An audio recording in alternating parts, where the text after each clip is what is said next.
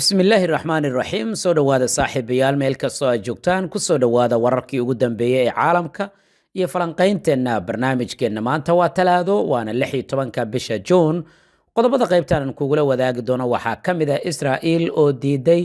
inay sii deyso dhakhtarka Falastiiniga ah ee Xusaam Abu Safiya Iran oo sheegtay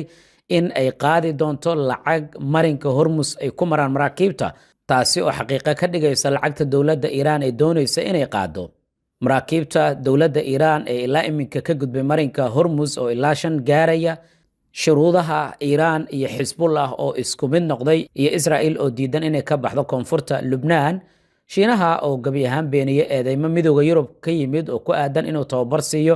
ciidan Raashiyaan ah qodobo kale ayaa raaci doona insha Allah soo dhawaada saaxiibayaal meel kastoo aad joogtaan kusoo dhawaada mar kale iyo maracadda show barnaamijka falanqaynta caalamka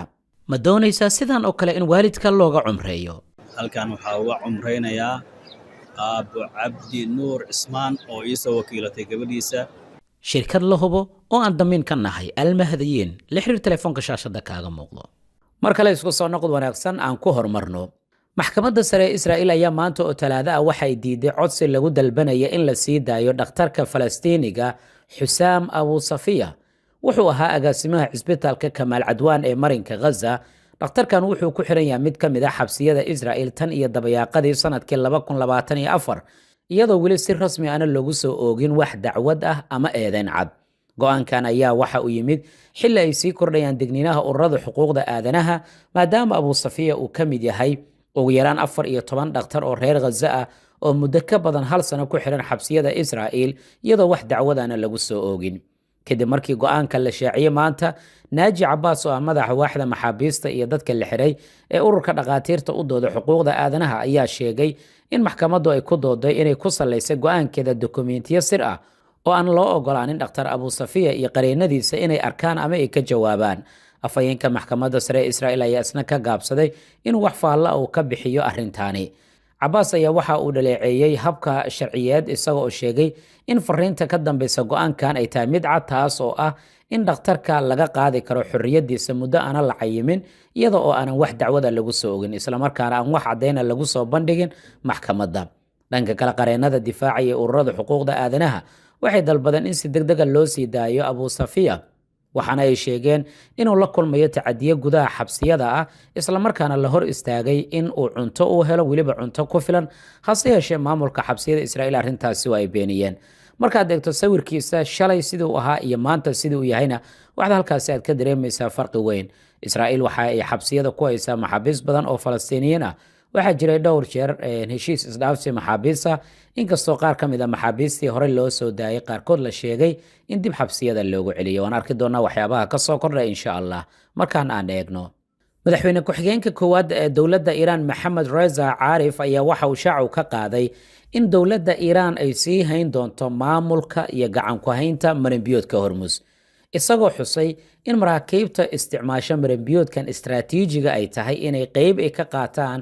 bixinta qarashaadka adeegyada ay jamhuuriyadda islaamiga ee dawladda Iran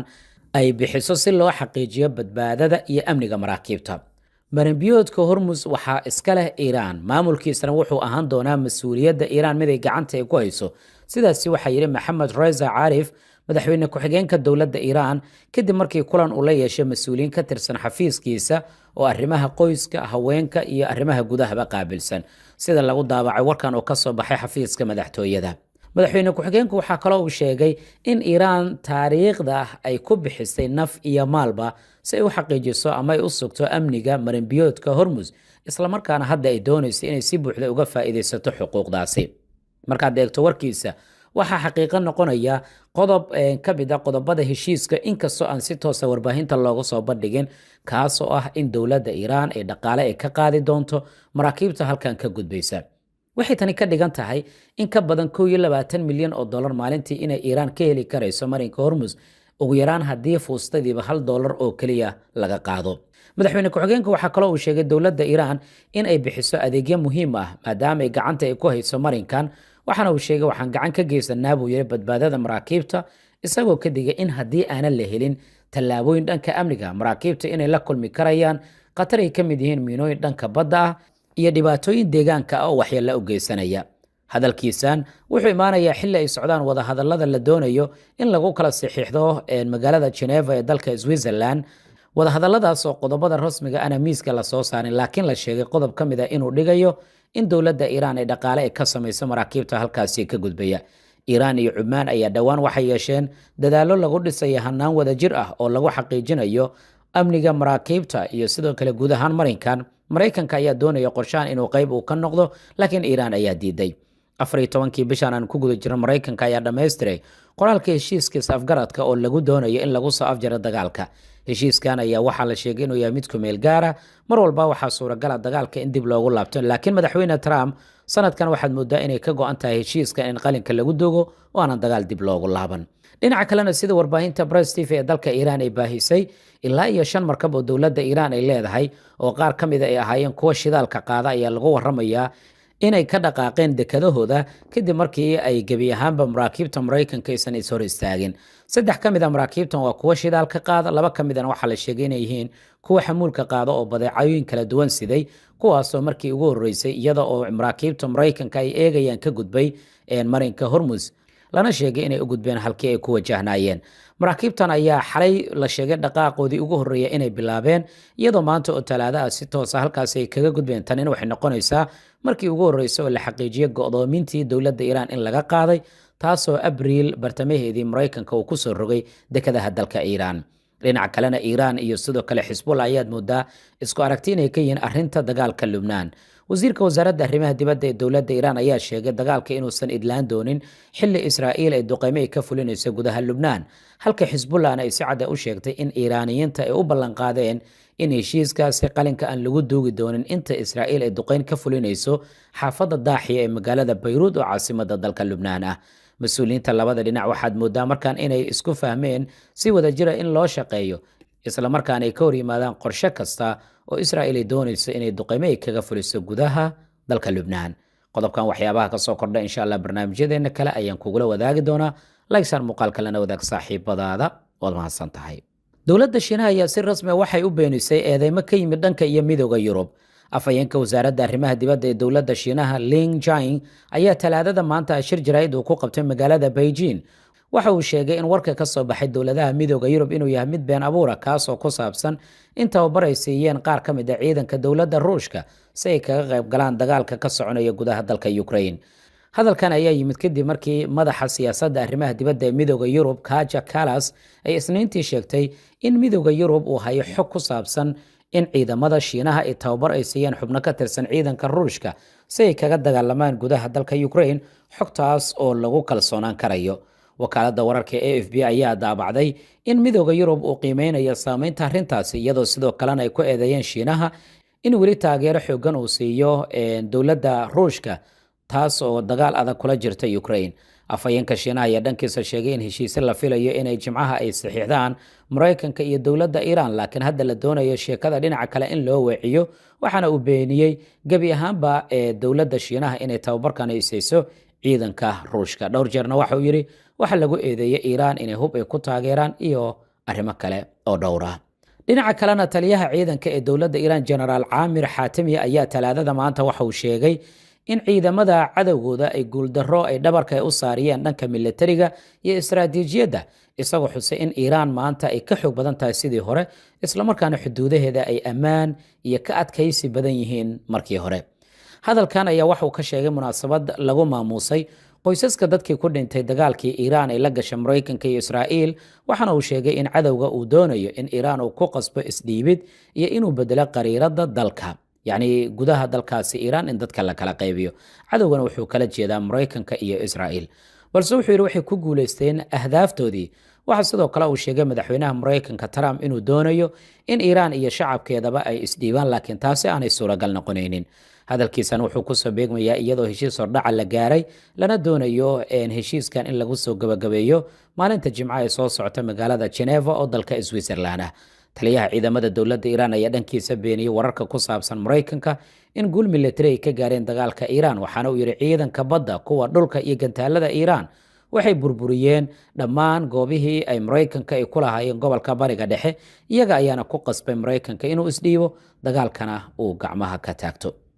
taliyuhu wuxuu aaminsan yahay in sababta ugu weyn ee Maraykanka ay u guuldareysteen inay tahay qiimeyn qaldan oo ay ka sameeyeen awoodda dowladda Iran. Sida uu sheegayna waxa la isku dayay in dunida lagu qanciyo in Iran ay ku jirto xaaladeedii ugu liidatay, balse xaqiiqada taas way ka duwaneyd. Waxaana uu ku eedeeyay Israa'iil si wanaagsan inay uga warqabto awoodda dhabta ah ee dowladda Iran, balse ay isku dayday inay sawir kale u gudbiso Maraykanka iyo xulafadiisa. Ugu dambeyntiina iyaga ay noqdeen kuwa ku jabay. dhinaca kalena wasiirka wasaaradda arrimaha dibadda ee dowladda Turkiga Hakan Fidan ayaa waxa uu digniin uu ka soo saaray qorshaha Israa'iil ay doonaysa in mar walba gobolka bariga dhexe xaalad khatar ah ay geliso. waxaana uu yiri dadaal ay Israa'iiliyiinta ay ku bixinayaan sidii xasiloonida iyo sidoo kale amniga guud ahaan ee caalamka loo dhaawici lahaa ama khatar loogu noqon lahaa. hadalkan wuxuu ku soo beegmayaa kadib markii kulan ay wasiirada arrimaha dibadda ee Turkiga iyo sidoo kale Ruushka. Israa'iil waxay sheegtay inay aad kaga walaacsan tahay wadahadaladii ugu dambeeyay iyo qorshaha heshiiska la doonayo in lagu kala saxiixdo dhanka iyo magaalada Geneva. iyadoo dhinaca kale Maraykanka iyo Iran ay isfahmeen ayaa haddana sawirada dhanka satellite-ka waxay muujinayaan in weli ciidamada Maraykanka iyo maraakiibtiisa ay ku sugan yihiin biyaha gacanka Arabian Sea loo yaqaano. sawirada dhanka satellite-ka ayaa muujinaya qaar ka mid ah maraakiibta ee dowladda Maraykanka inay dhowr kiiloomitir ayba u jiraan xeebaha dalka Cumaan.